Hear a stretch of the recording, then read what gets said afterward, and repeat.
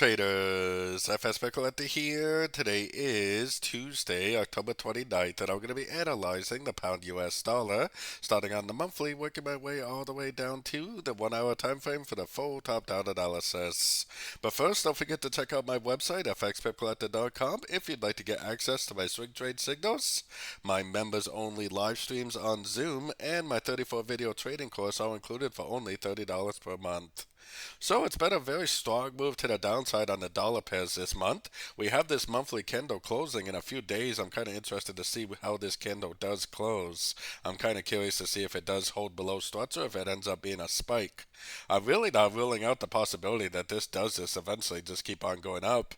But looking at other dollar pairs, it does kind of look like it is more likely to go down like this before it actually does end up continuing back up.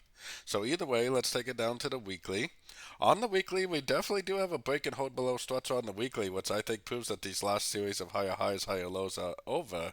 If those series of higher highs, higher lows are over, then this move down is probably either going to be a three-way pattern down to a Fibonacci level and then continuation up, or it's going to be a five-way pattern down like this. Either way, not that important to know the difference as of yet, because either way, it'd be looking for shorts on shorter time frames. Going down to the weekly time frame, or the daily time frame.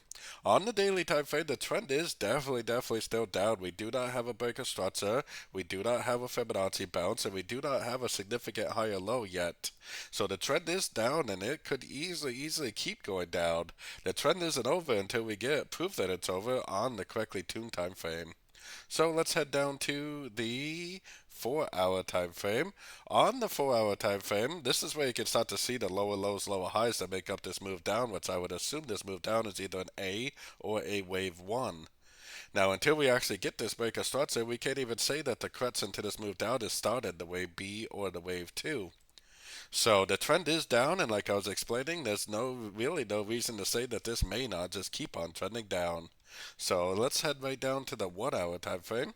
On the 1 hour time frame, it kind of almost looks like it's already ended in ABC cuts, and it looks like a possible A, a possible B, and a possible C already. Nice 50% Fibonacci bounce.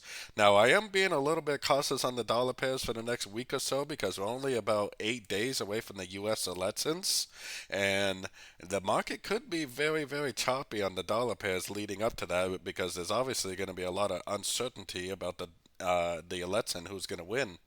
And in a ways, for me personally, until it actually does go up and break this higher time frame structure, I am definitely looking for shorts. So I mean, I would be looking to go short there, looking to go short there, maybe even looking to take a couple of these shorts. So if it does end up going back up to a Fibonacci level, making another push down, that is definitely where I'm going to be looking to go short again for the continuation of the downtrend.